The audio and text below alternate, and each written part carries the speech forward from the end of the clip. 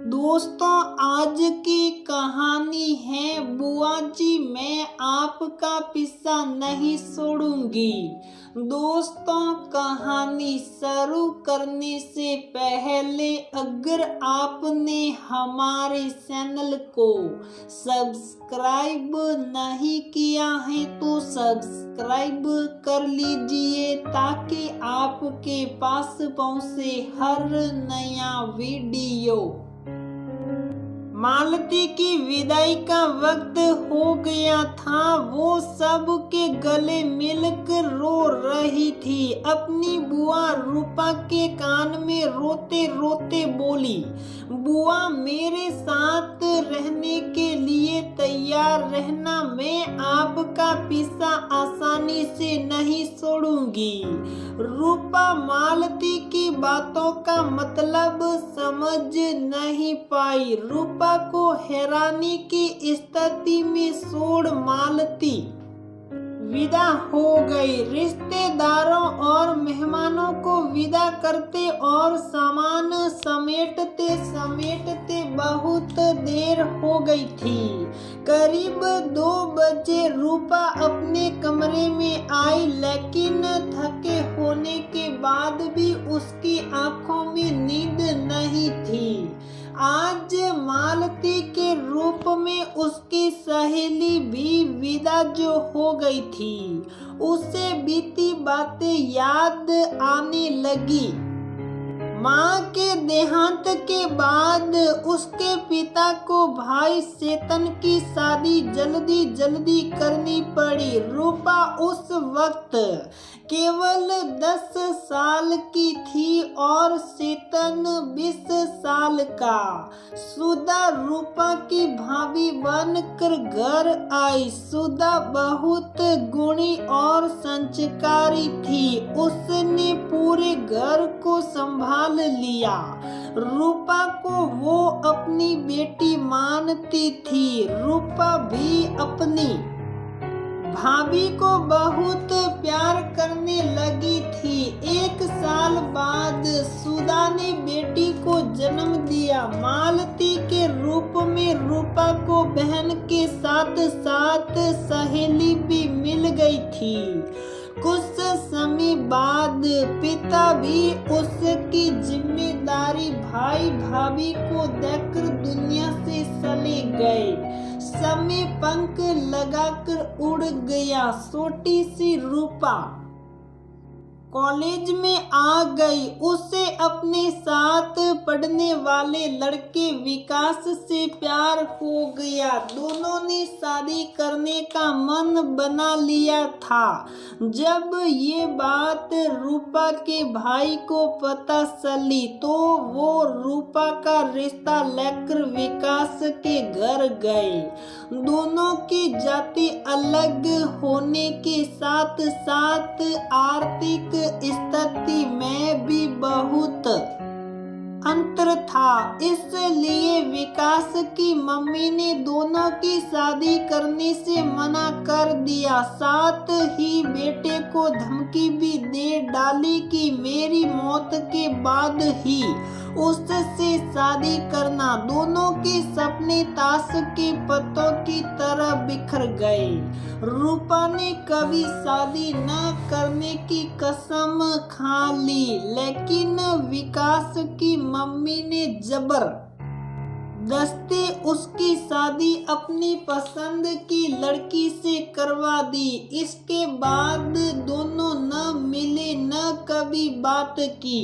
रूपा अपना वक्त बिताने के लिए नौकरी करने लगी। उसकी दुनिया उसका ऑफिस और भतीजी मालती तक ही सीमित हो गई।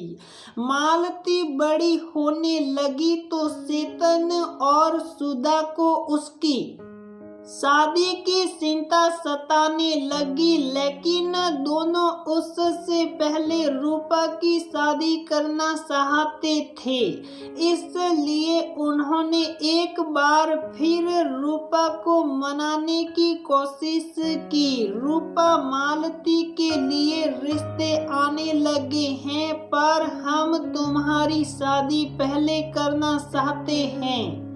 पिछली बातें भूलकर आगे बढ़ो, कब तक अकेली रहोगी। चेतन बोला, भैया उसे भूलना मेरे बस में नहीं। आप मेरी चिंता छोड़िए और मालती की शादी कर दीजिए। बहुत मनाने पर भी रूपा नहीं मानी। हार कर उन्होंने मालती की शादी करने का फैसला किया। जल्दी ही मालती के लिए नवीन का रिश्ता आया। चेतन, सुधा और मालती नवीन के घर मिलने गए। जब वो वापस आए तो बहुत खुश लग रहे थे। क्या बात है भाभी, लगता है लड़का और उसके घरवाले आपको ज्यादा ही पसंद आ गए। सुधा ने अपनी ननद की बल्लाई ली और मुस्कुराने लगी।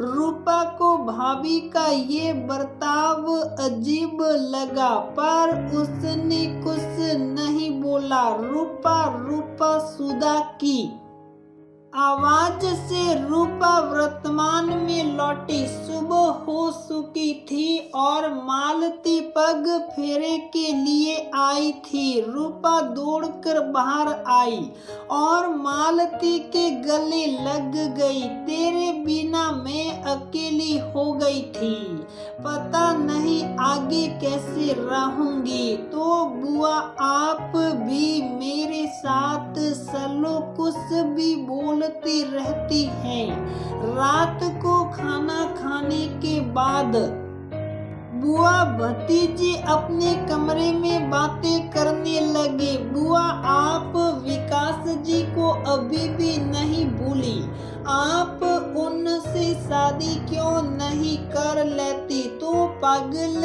हो गई। उनकी शादी हो चुकी है जानती हूँ, लेकिन उनकी पत्नी शादी के 2 साल बाद ही गुजर गई थी। फिर उन्होंने दूसरी शादी नहीं की। उनकी माँ भी बूढ़ी हो गई। उन्हें अपनी गलती का एहसास हो रहा है। उन्होंने आपकी और विकास जी की शादी करने की इच्छा जताई है। तो इतना सब कैसे जानती हैं? बुआ वो नवीन जी के रिश्तेदार हैं और वही पड़ोस में रहते हैं। जब हम इनसे मिलने गए थे तो मम्मी पापा से विकास जी की मुलाकात हुई। वो आपको अभी भी याद करते हैं। ये बातें भैया भाभी और तूने मुझे पहले क्यों नहीं बताई? मम्मी पापा विकास जी की मम्मी से खुलकर सारी बात करना चाहते थे ताकि वो बाद में आपको किसी तरह की तकलीफ न दे। सादगी से रूपा की शादी विकास से हो गई।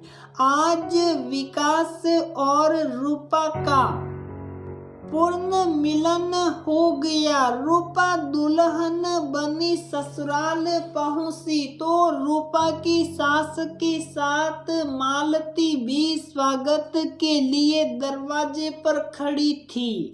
बुआ देखा, शादी के बाद भी मैंने आपका पीछा नहीं छोड़ा, ले आई ना आपको अपने पास। ये सुनते ही सबके साथ रूपा भी खिलखिलाकर हंसने लगी। मालती ने बरसों बाद अपनी बुआ को खुलकर हंसते हुए देखा था।